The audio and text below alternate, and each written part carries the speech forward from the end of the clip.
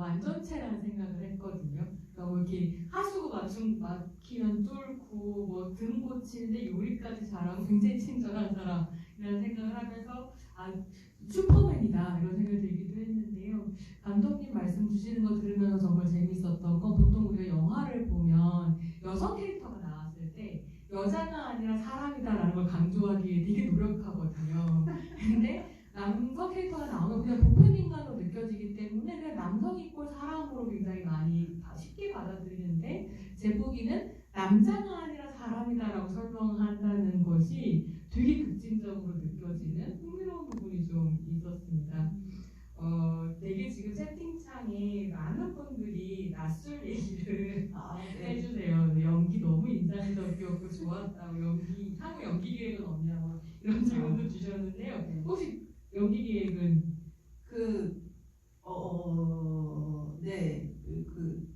얼마 전에 하나 찍은 게 있어서요.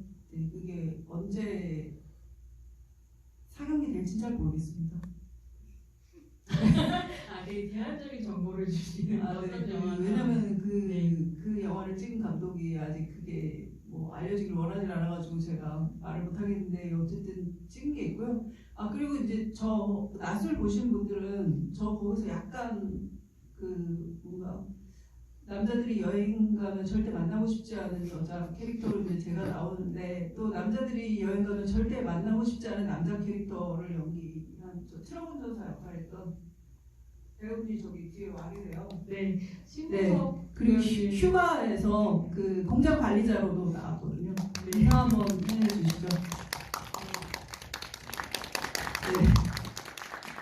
네. 안 그래도 지금 허성규님께서 감독님은 낯설에서의 인상적인 연기가 아직도 기억에 남는데 연출과 연기에 대한 감독님의 생각을 알고 싶고 남편인 신문섭 배우를 캐스팅한 이유도 궁금하다 이렇게 주셨는데요. 답변 한번 들어보고 신 배우님도 혹시 하시고 싶은 말씀 있으시면 한번 들어볼까요? 네. 네, 일단 신문섭 배우를 휴가에 캐스팅을 했던 이유는 실질적으로 신문섭 배우랑 저랑 이제 제작자인 셈이고요. 그러면은 이제 저는 연출을 하면서 연기를 못하기 때문에 신은섭 배우는 PD를 하면서 연기를 할 수 있는 사람이거든요. 그러니까 이제 출연료를 좀 줄이면서 네, 그리고 또 마침 어울리는 역이 있고 그래서 이제 시나리오에서 이제 대사 쓸 때도 신은섭 배우가 대사를 하면은 이렇게 할 수 있을 것 같다 이렇게 생각하면서 썼거든요. 네, 그러다 보니까 자연스럽게 캐스팅을 하게 됐고요. 그리고 또 잘합니다.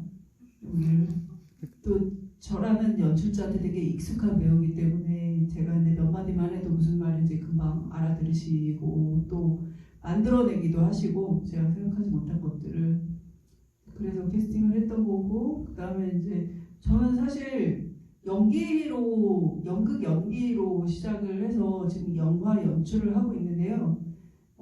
제일 힘든 게 연극 연기인 것 같고요. 그 다음에 힘든 게 영화 연기인 것 같고요. 그러니까 그보다 좀 덜 힘든 게 영화 연기인 것 같고 또 그보다 좀 덜 힘든 게 연극 연출인 것 같고 그거보다 조금 덜 힘든 게 영화 연출인 것 같습니다. 제 성향이 좀 그랬던 것 같아요. 영화 연출하기 전까지는 어떻게 생각했냐면 저는 되게 무대에서 사람들 시선을 받는 걸 좋아하는 사람이라고 생각했거든요. 근데 제가 이제 연극 연기를 해보니까 다른 배우들을 관객들이 계속 보시더라고요. 그게 이제 영화에서는 저만 클로즈업으로 보여주기도 하고 그러잖아요. 그래서 별로 비교가 안 되는데 이제 연극 연기를 할 때는 예를 들어서 이제 소녀 선생님이랑 저랑 둘 다 배우여서 막 연기를 둘이 왔다 갔다 한다고 했을 때 막 1시간 정도 둘이 연기를 하는데 계속 손희정 선생님만 보는 거예요, 관객들이.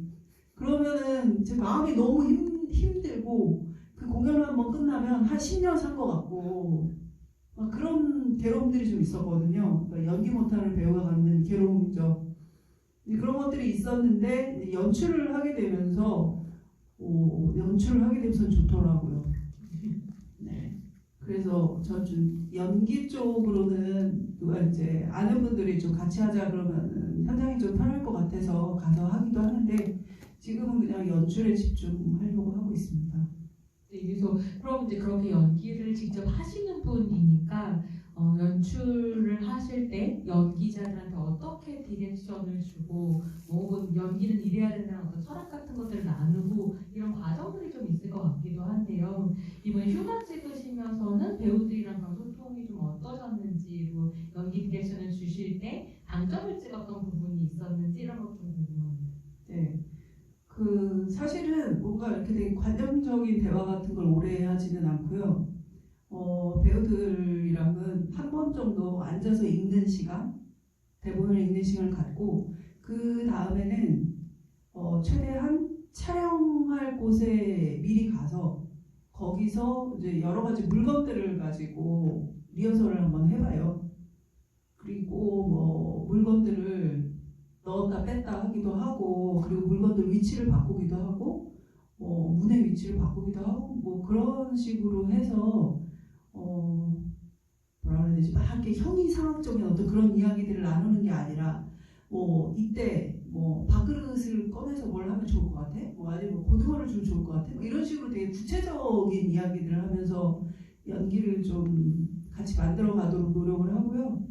이제 그러다 보면은 사실 시나리오는 제가 아무리 열심히 취재를 해보고 혼자 막 이렇게 대사도 하면서 쓴다고 해도 어쨌든 모니터 앞에서 그냥 그러고 있는 거잖아요. 근데 이제 배우들이 촬영할 공간에 가서 물건을 가지고 움직이면서 연기를 하면 시나리오 허점들도 많이 보이고, 그리고 배우들이 막상 연기를 해보니까 여기 좀 이상한데요? 뭐 이렇게 얘기하는 부분도 있고, 그러면 이제 그것도 또 찾아서 같이 토론해보고 또 대안도 찾아보고 이런 방식으로 작업을 하는 편이고, 휴가의 배우들은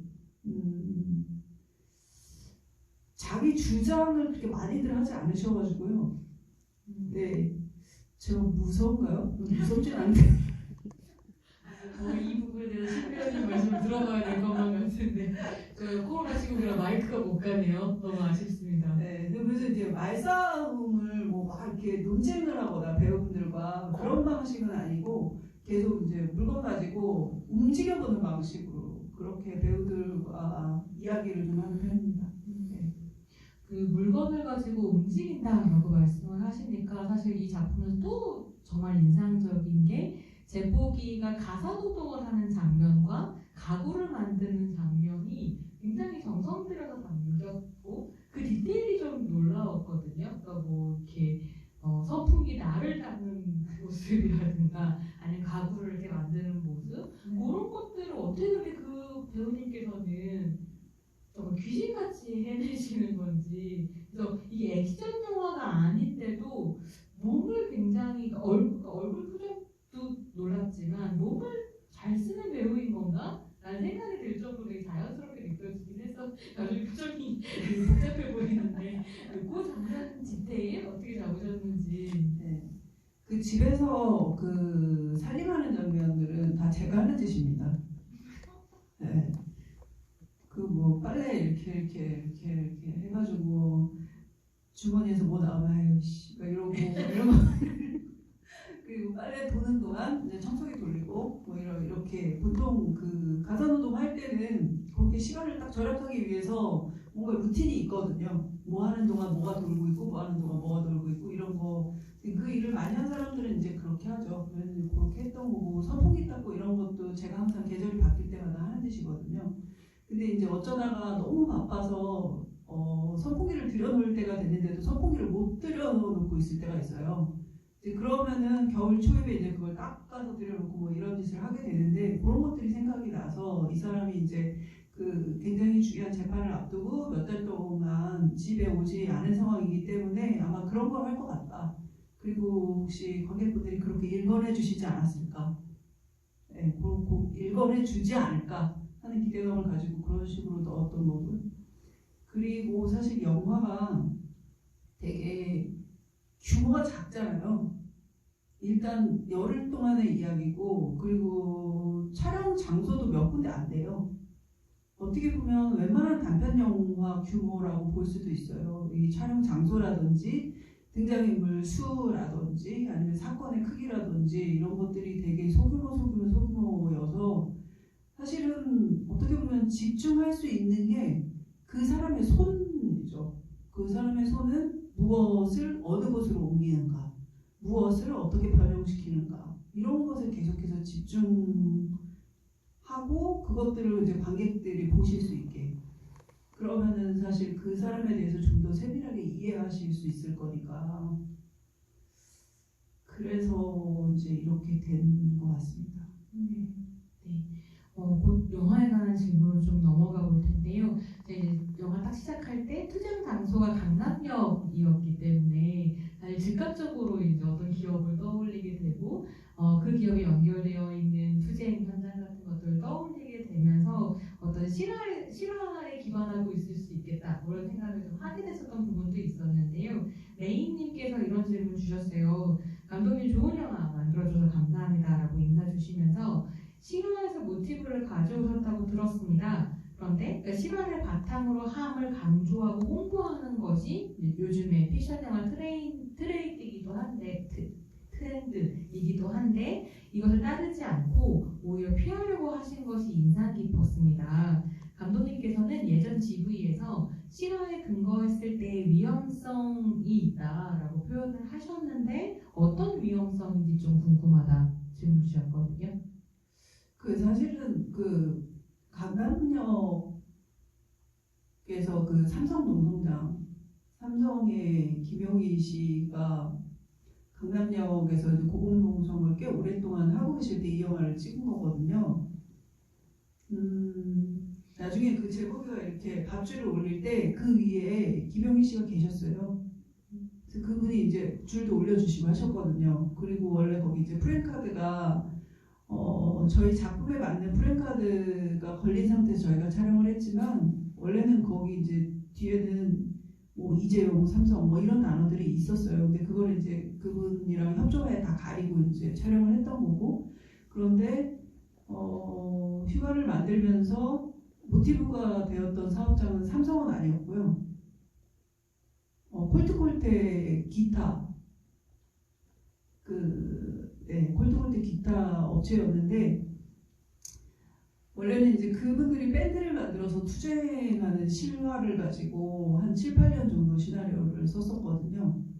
근데 이제 막상 다 쓰고 나서 당사자들이나 아니면 이제 주변에서 연대하셨던 분들께 보여드렸을 때 제가 생각하지 못했던 위험성을 말씀을 해주셨어요. 그러니까 이제 이게 영화화돼서 극장에서 상영이 되었을 때 이름은 다 바꾸고 나이대도 바꾸고 어쩌면 성별도 바뀔지 모르겠으나 저 사람 누군데? 저 사람 누군데? 근데 저 사람은 왜 질투의 화신으로 나오지? 저 사람은 왜 저런 사람으로 묘사가 되지? 심지어 당사자들 입장에서는 나 저런 사람 아닌데 근데 누가 봐도 저 사람은 나처럼 볼 것 같은데 이제 이런 일이 있을 수 있다고 이야기들을 하시더라고요. 그리고 이제 제가 그때 시나리오를 다 썼을 때는 투쟁이 끝나지도 않은 상황이었거든요. 굉장히 되게 힘드셨을 때였고 뭐 그런 것들이 있었어요. 그래서 그거 가지고 되게 고민을 좀 많이 했고 그리고 이제 실제 하는 일이기 때문에 그 투쟁 현장에 대해서 연대 활동가들 사이에서도 다 관점이 달라요. 이제 어떤 지점에서 그들이 했던 어떤 선택은 옳다 그르다 뭐 여러 가지 것들이 있잖아요. 그것에 대해서 연대 활동가들도 다 각자 의견이 다르고 이제 그러다 보니까 이게 사실 뭐 제가 엄청나게 어떤 그 뭐 정의감이나 이런 걸로 시작한 작업은 아니고 그분들에게 매료돼서 시작된 작업이지만 그래도 적어도 이것 때문에 당사자들이나 연대활동가들이 더 힘들어지는 건 별로 안 좋을 것 같다는 생각이 들더라고요. 그래서 그런 고민이 있었고 또 한 가지는 그때 썼던 시나리오가 한 4억 정도는 꼭 있어야 영화가 될 수 있는 그런 버젯이라고 얘기를 하시더라고요. 그래서 제작비도 그 정도까지는 없었고 이제 그러다 보니까 좀 결단을 해야 될 때가 왔고, 그래서 내가 그분들로부터 시작한 이야기니까 그분들에게서 내가 느꼈던 것은 혹은 관객분들에게 전하고 싶었던 것은 넣으면서 소규모로 작업할 수 있는 장편의 컨셉을 이제 개발을 해야 되거든요. 그래서 휴가라는 컨셉을 정했고, 이제 그분들이 그러니까 어떤 노동 환경에서 해고를 당할 수밖에 없었고, 뭐 산재니 뭐 이런 것들, 뭐 여러 가지 것들을 이제 준영이와 함께 일했던 그 사업장에서의 관계를 통해 어림짐작하실 수 있게 관객분들이 아마도 이 사람이 투쟁을 시작한 게 아마 이런 유사한 어떤 일들 때문에 시작하지 않았을까라든지, 그리고 이제 해고 당하기 전에 이 노동자가 자기 일에 대해서 어떤 태도를 가져왔는지는 이 사람이 아르바이트하는 현장에서 노동도구를 정리한다거나 이런 장면들을 통해서 또 추측할 수 있지 않을까, 뭐 이런 것들, 그런 식으로 최대한 좀 어떻게 이 작은 구조 안에 그 전에 제가 밴드 이야기를 통해서 하려고 했던 얘기를 최대한 좀 넣으려고 좀 애를 좀 썼습니다. 사실 제가 영화를 보면서 그런 생각을 했었는데, 이게 이제 제복이가 준영이한테 소세지를 챙겨주고 싶어하는 마음과 산재 신청을 하라고 얘기하는 마음이 다른 것 같다고 느껴졌거든요. 근데 이제 영화에 대한 글을 좀 찾아보면 그렇게 이제 밥을 먹이고 싶어하는 것과 산재를 신청하게 하는 것이 어른으로서 사실 제복이 해야 할 일이기 때문에 한다라고 해석하는 글들도 있었는데, 저는 약간 그게 달라 보였었던 것 같아요. 그러니까 소리를 먹이는 건 돌보고 싶은 마음인데 산재를 신청하게 하는 건 약간 또 제복이 어떤 트라우마가 눌린 것 같다는 느낌이 들기도 했었거든요. 그런 부분들이 있었을까요? 일단은 그 휴가에서 그 제복이가 있었던 사업장의 전사를 저는 이제 산재 때문에 노조가 만들어진 그런 사업장으로 생각을 했었고, 이제 그렇다면은 그 제복이가 분명히 그 산재 사건의 어떤 한 부분으로 휘말려 있었을 거라는 생각이 있었고요. 그래서 이제 그 젊은 아이가, 그것도 이제 부모 없이 지금 이런 냉골에서 사는 이 아이가 산재와 관련돼서 회사 측이 어떤 보상도 받지 못하고 이런 고생하고 있는 꼴에 대해서 되게 이렇게 즉각적으로 그런 반응을 할 수밖에 없다고 생각하는 측면이 있었고, 그리고 이제 저 혼자 의미부여하는 건 무엇이냐면은 밥을 챙겨준다거나 이런 거는 그냥 보통 어른들도 다 할 수 있는 일. 하지만 불편함을 무릅쓰고 산재 신청을 해야 한다라고 이야기하는 건 투쟁해봤던 어른들이 할 수 있는 그런 어른으로서의 일이지 않을까. 그리고 제복이가 그런 기회가 왔을 때 바로 그 일을 하려고 하는 거다라고 생각을 했고요. 근데 이제 준영이가 내 인생에 섣불리 끼어들지 말아라, 약간 이런 느낌으로 딱 선을 그었을 때 제복이가 뭔가 내가 좀 도우려고 애를 썼는데 그 진심이 받아들여지지 않았을 때 살짝 삐지기도 하고, 그리고 삐진 자기가 너무 부끄럽기도 하고, 그래서 빨리 그 자리를 좀 피하려고 하고, 이런 것까지 좀 같이 좀 해보려고 했습니다. 사실 저는 준영의 그런 반응을 보면서 그건 꼭 세대의 문제는 아니고, 그러니까 더 이상 노동운동이 조직되기 힘들어지는 어떤 지금의 조건 같은 것들을 준영이 보여주는 것 아닌가라는 생각이 좀 들기도 했었는데요. 문님이 이런 질문 주셨어요. 준영이 산재 신청을 해서 다시 작업장으로 못 돌아갔을까요? 새로운 학생이 일을 하는 것이 간접적으로 준영의 미래를 보여준 것인가요? 라는 질문 주셨어요. 그 새로운 학생이 일을 하러 들어오는 마지막은 준영이 저렇게 들어왔다는, 네, 그러니까 그 신윤석 배우가 하는 대사 중에 이제 그런 게 있잖아요. 그 현장 실습생이 뭐 전기전자과라고 얘기를 하니까 이제 그 관리자가 저번에 있던 애는 게임 개발과였는데 뭐 이렇게 얘기하잖아요. 그 게임 개발과에서 현장 실습 왔던 친구가 준영이, 이렇게 이제 생각을 했고요. 그래서 준영이가 이런 경로로 아마 취업을 했을 거다라고 생각을 했던 거였고,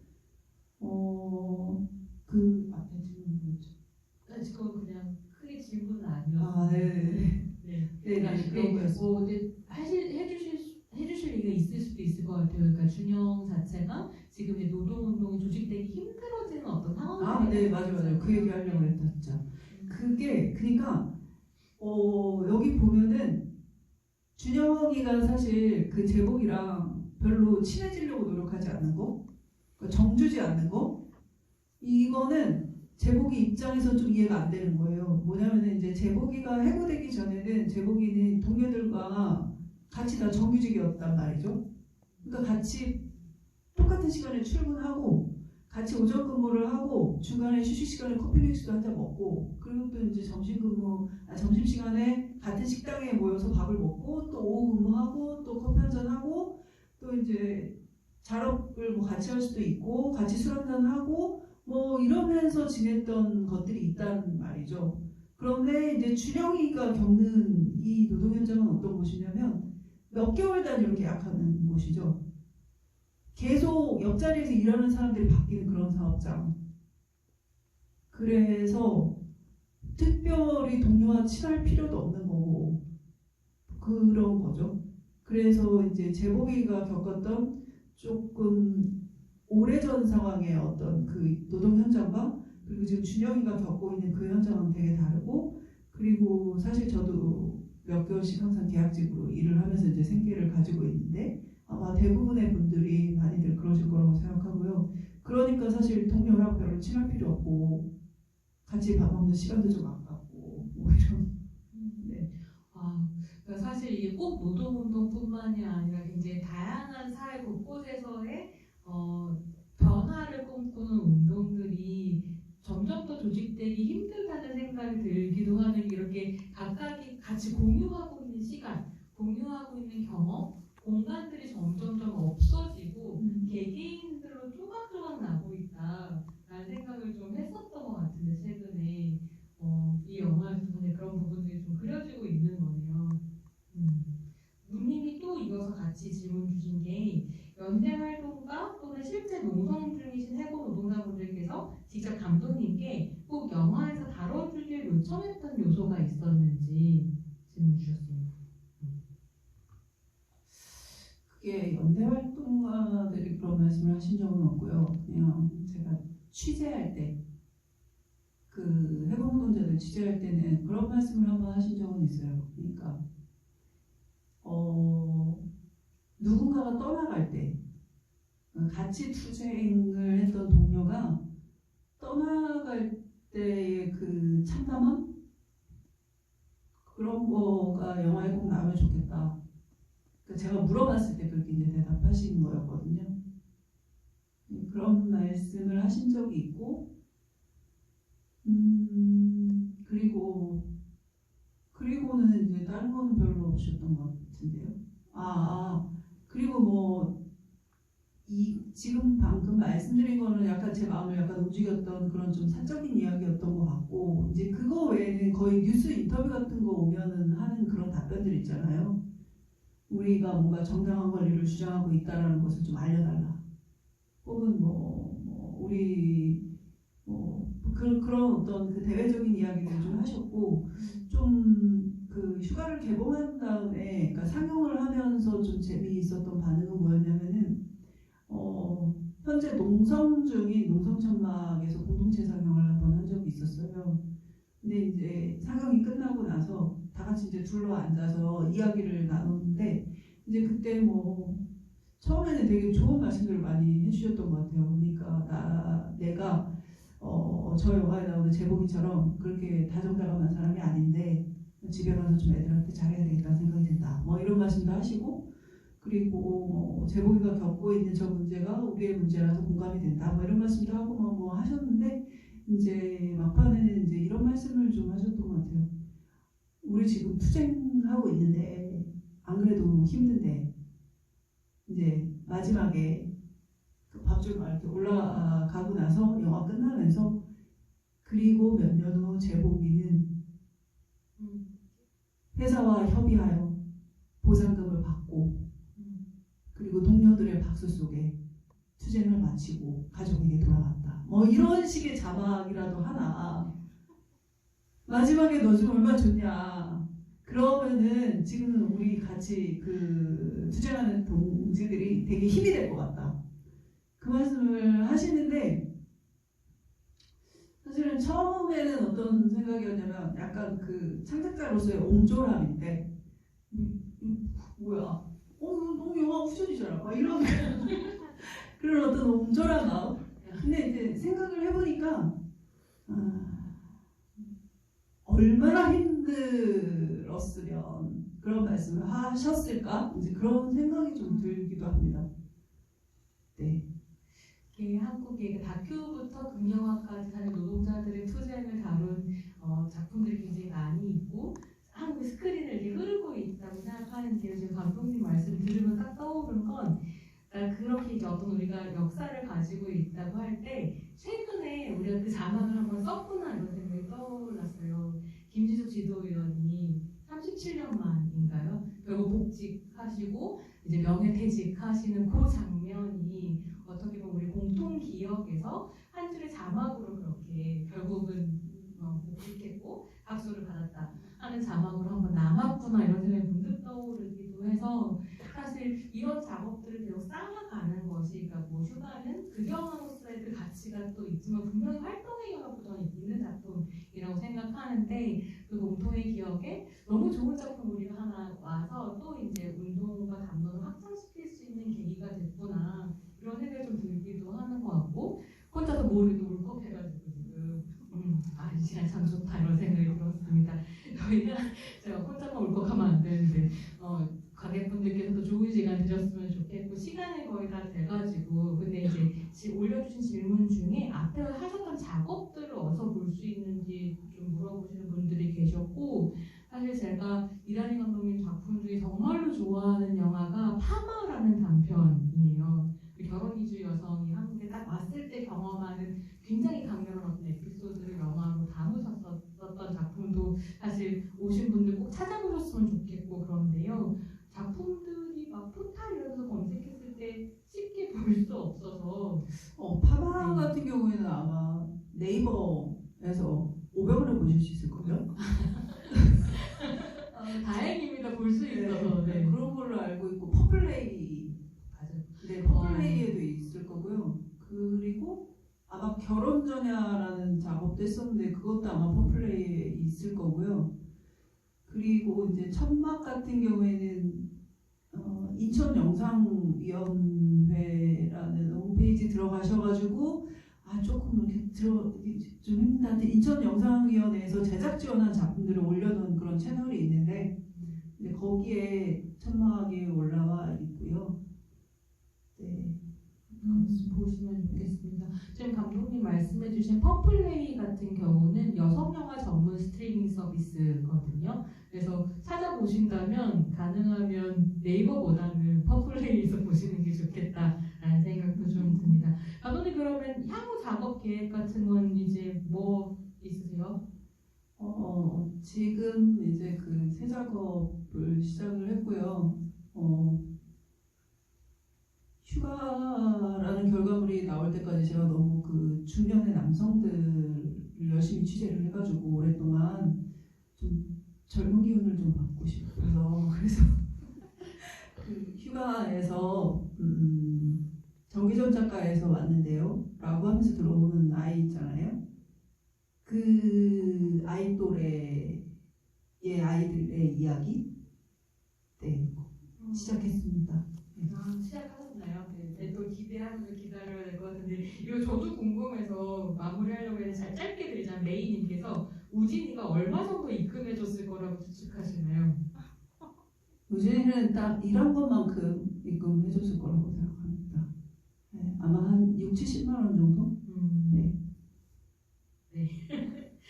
이제 마무리를 해야 될 텐데 마지막으로 관객들께 드리고 싶은 말씀 있으시면 나눠주시고 마무리하겠습니다.